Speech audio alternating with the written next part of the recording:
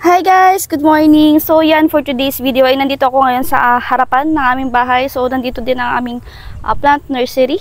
So yan, as you can see, meron tayo dito mga nasa small size na seedlings ng mansanitas.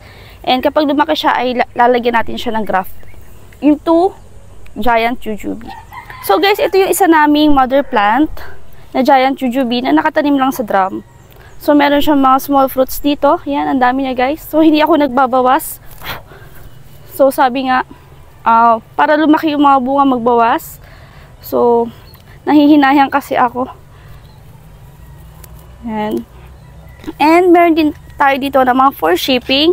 So, siya ay 4 shipping ng mga giant jujube. So, ito yan guys. Nasa 1 to 1.5 feet ang ating mga 4 ship na jujubes. Flowering na po karamihan sa kanila. Dahil nga fast moving ang ating mga jujube, so hindi na siya masyado nakakalaki sa amin. So may ilipat man kami. Ito yung mga nauna pa naming graft na nasa 3 to 4 feet height na.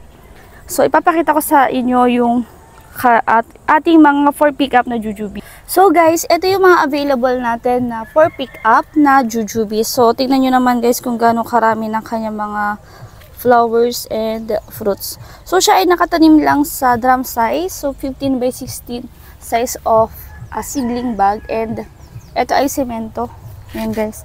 So yung ugat niya ay hindi kumakalat, and yan ang kanyang mga bunga. Tingnan nyo naman guys kung gaano karami.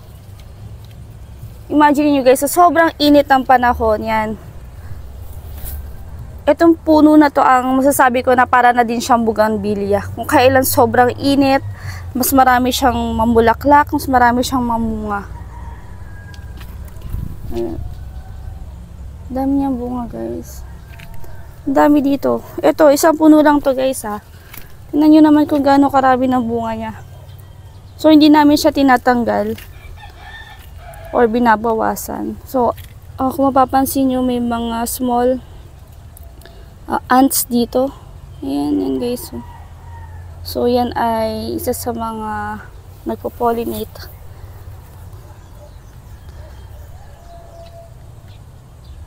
Ng ating mga jujubes. Ayan, ang dami guys. Oh. Ang dami niyang bulaklak. And ito yung mga bunga.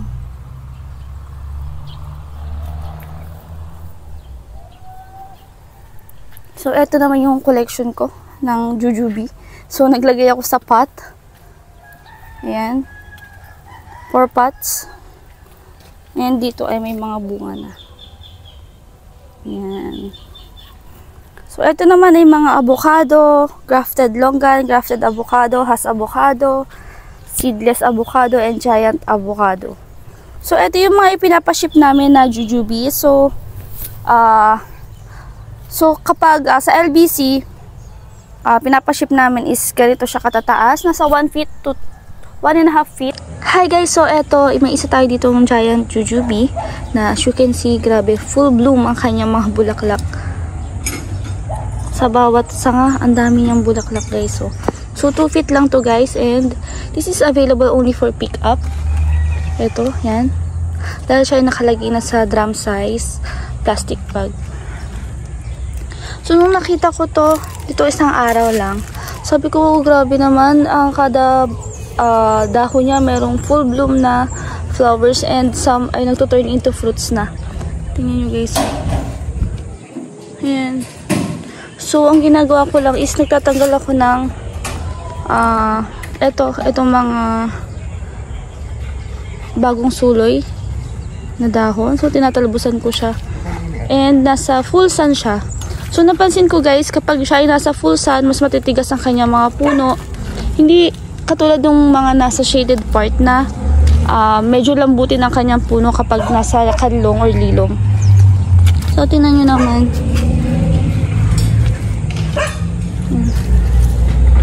Ang dami niyang bulaklak, and may mga small ants dito. Yan. Ang dami. Oh. Yan, talbusan nyo lang siya guys. Para magkasanga-sanga din siya. Ayan. So, mamaya pala ay magtatanggal tayo ng mga tumutubo na rootstock. So, yan ang characteristic ng rootstock ng jujube. or ito yung native Manzanitas na tinatawag. So, kailangan nyo yan tanggalin guys. Hindi nyo yan kailangan na pataasin. Kasi, once na tumaas to, matatalo na ito ang inyong graft. So, possible na mamatay siya. And, ito na lang yung matira sa inyo, yung native jujube. So, yung native jujube, maliliit lang yung kanyang bunga. And, siya yung ginagamit natin na rootstock for our different varieties of jujubes. So, yan guys. Yan, kailangan din natin siyang putulin. So, mamaya pag medyo handlong na, magtatanggal na tayo ng mga rootstock. Ayan. So, grabe oh. Dami niyang bulaklak. Diba, sobrang init ng panahon ngayon, pero itong halaman na to ay grabe siya kahit mainit ang panahon. Para siyang bougainvillea. Thriving siya sa init. So, yun lang guys. Thank you for watching my videos. Bye!